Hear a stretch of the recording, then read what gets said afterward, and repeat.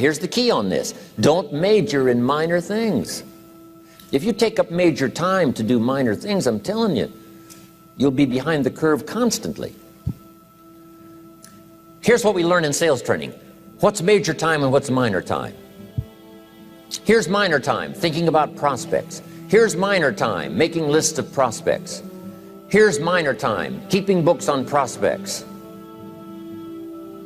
Here's minor time, going to see the prospect. Here's minor time, evaluating the prospect after you've been there. That's all minor time. Here's major time, in the presence of the prospect. That's major time.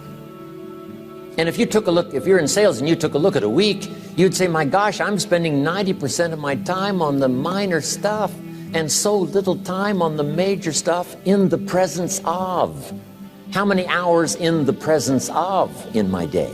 How many hours in the presence of during my sales week? Because the time that really counts is in the presence of the prospect. Majors and minors. Here's another key time management essential. Don't mistake movement for achievement. It's easy to get faked out by being busy. Guy comes home at night all exhausted, falls in the chair and says, oh, I've been going.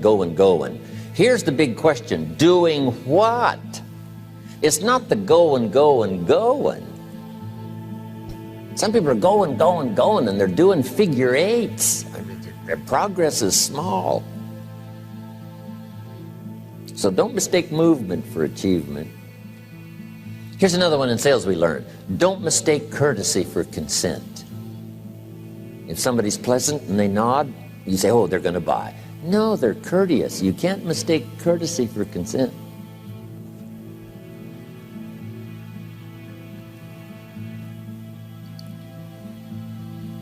Now here's a big one, concentration.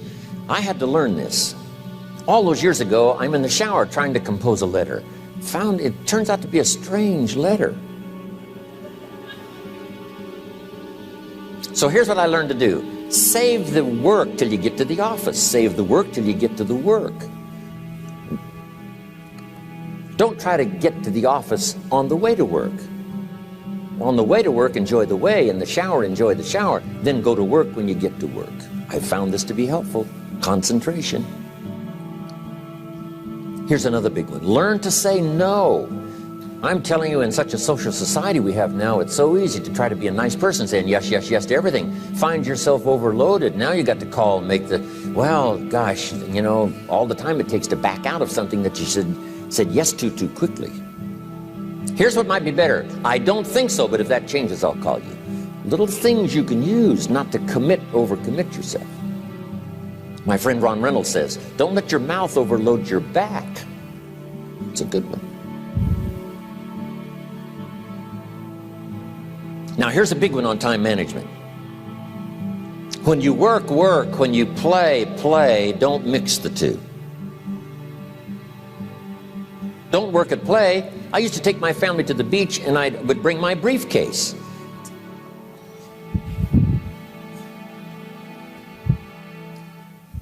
I learned not to do that. Or at the beach, I'm saying I should be at the office. Now my family's upset because I'm at the beach and I'm thinking office. Now when I'm at the office, I'm thinking what? I got to get my family to the beach. So things are not going too well at the office because I'm thinking beach, and things are not going too well at the beach because I'm thinking office. Here's what I learned to do. At the beach, be at the beach. At the office, be at the office. When you work. When you play. Don't mix the two. Don't work at play. Now here's one of the most important ones. Don't play at work. Work is too serious. You don't want the reputation of being the office joker. It's not a good one. Yes, there's time for some pleasant stories. Yes, there's time for a little humor.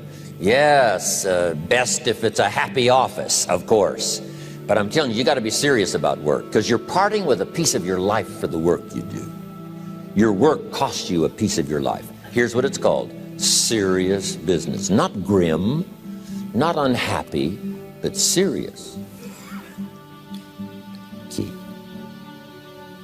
Don't play at work. The old expression, I don't think we use it anymore, horse around at the office. Play around, play jokes, play tricks. No place, not at the workplace. At the beach, yes. At the bar, yes. Somewhere else, not work. You've got to treat work with all due conservative passion, because it's leading you to your future. Here's another key phrase: all work is good. You may not like your job, but if it's the stepping stones to get you to where you want to go, you got to appreciate your job. You don't have to have a passion for your job. Here's the ultimate passion: a passion for incredible success in every department of my life. That's the passion. But don't look down on some menial job you have to do to finally get you to where you want to go. No job is menial. No job is not, every job is noble. Training life for pay, making a contribution to society. Next, analyze how you are. And if you have some weaknesses, if you doesn't seem like you can change, here's the key: get it covered. I used to keep promising myself I'd keep the books, keep the books, keep the books. Finally, I gave that up. And back then, it only took me an extra $50, $60 a month for some accountant to keep the books. I said, no, I'm going to save the $50. You can't believe what I started losing in productivity because I tried to save the $50. So the key is, a lot of the time you can stay like you are, but just make sure you get it covered. Okay. Next, beware of the telephone and all other systems of communication, especially the telephone at home and systems of communication at home. And here's one of the best lines I've got for you for the weekend: let all communication systems serve you, but don't let them intrude. When it comes time to have dinner with your family, you shut off all systems, unless the ones that can take messages silently. Don't let the phone ring. Don't let anybody intrude, come through the front door nor the back door, nor through the telephone or any other device. So you can't reach John and his family when he's having dinner. The President of the United States couldn't get through. If you develop that kind of a reputation, father, mother, when we have dinner, when we're visiting and have this time with our family, nothing intrudes. So don't let these clever little devices keep intruding.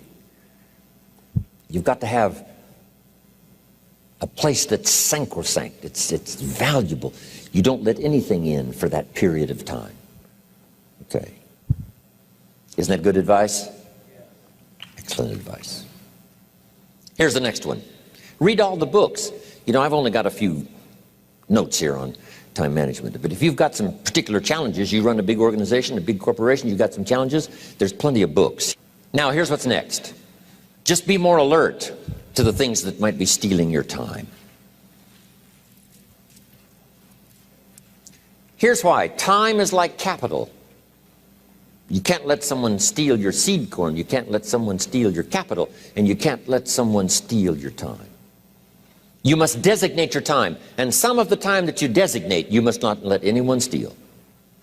Casual time, you might let someone intrude and steal a little bit and take a little bit, but not serious time.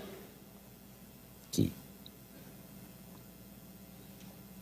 Next, one of the great time management savers is to learn to ask questions up front. Sometimes you talk to somebody for an hour, and then you ask questions and find out if you would have asked those questions up front, you could have saved yourself an hour. Asking questions up front helps you to get to the problem now. But if you just launch into some discourse, you might waste 30 minutes, waste an hour, when here's what you should have been talking about. After you finished an hour, you say, John, what's really the problem? He said, well, it's something personal. See, that's what you should have been talking about this whole hour. Key. Next, learn to think on paper. Now we're going to take a break. Some ways to think on paper. One, we've covered one. Solving problems. Take it out of your head and put it on paper. Another one is setting goals. Making these lists we've already started. Here's another good way to think on paper. It's a projects book. Each person you're working with and each project you're working on, get a loose leaf binder and a tab and some pieces of paper behind the tab and do a little continual summary of how it's going between you and that person and between you and that project. I call it a projects book. It is so useful to me. But what's going on between you and this person? When you last got together, what did you talk about? And you got a few notes there. Here's what we talked about the last time we got together. Now when you get together again, you can review that so you'll know better what to talk about. When the president gets ready to travel and he's going to meet some important people, guess what they bring him? All these briefing books. Right? The last time you were with Khrushchev, Kennedy is informed. Here's what he said and here's what you said. Kennedy said, oh, that's valuable. I need to remember that. If a person is important, it's worth a little running account.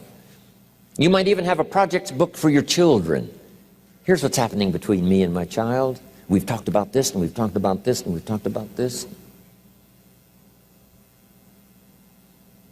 Next, a day timer. Keeping track of all of your appointments. You know, mine is all filled with, when to catch an airplane and when to do a seminar and when to sit down and have a conference, all the rest. Next is a game plan. If you've got a house and the, insurance is going to come due and some other things are going to come due, you just put it on a spreadsheet and make sure it's taken care of. Key phrase, take things out of your head and put them on paper. And the key is to just experiment with different ways that helps you to do that.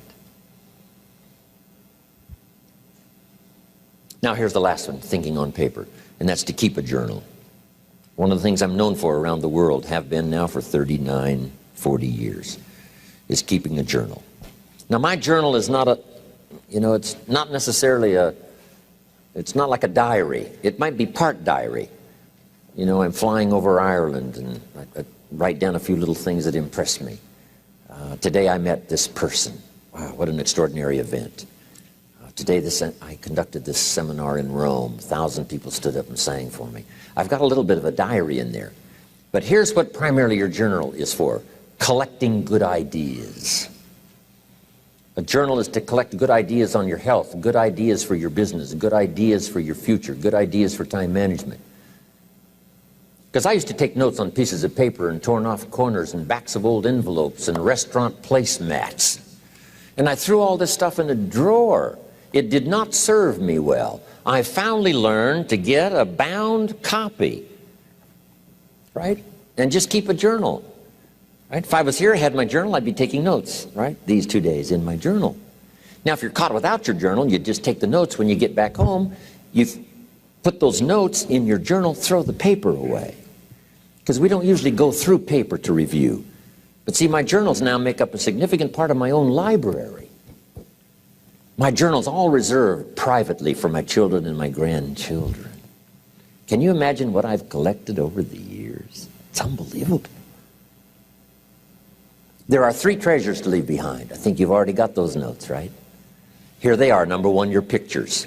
Don't leave the event unrecorded. It takes only a fraction of a second to say, here's who I was with. When I travel the world, right? We take all these pictures, and here's one of the gifts. People send me the pictures they took of me and them. It's part of the treasures I have on the farm. Incredible.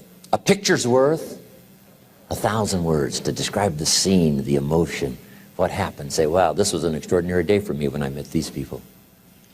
Here's what they told me happened to them when they went to my seminar 10 years ago. Wow, the drama comes back if you've taken the pictures. It's one of the treasures to leave behind when you go. Remember the old photographs that we have now of, 100 years ago, 70, 80 years ago, just a few photographs?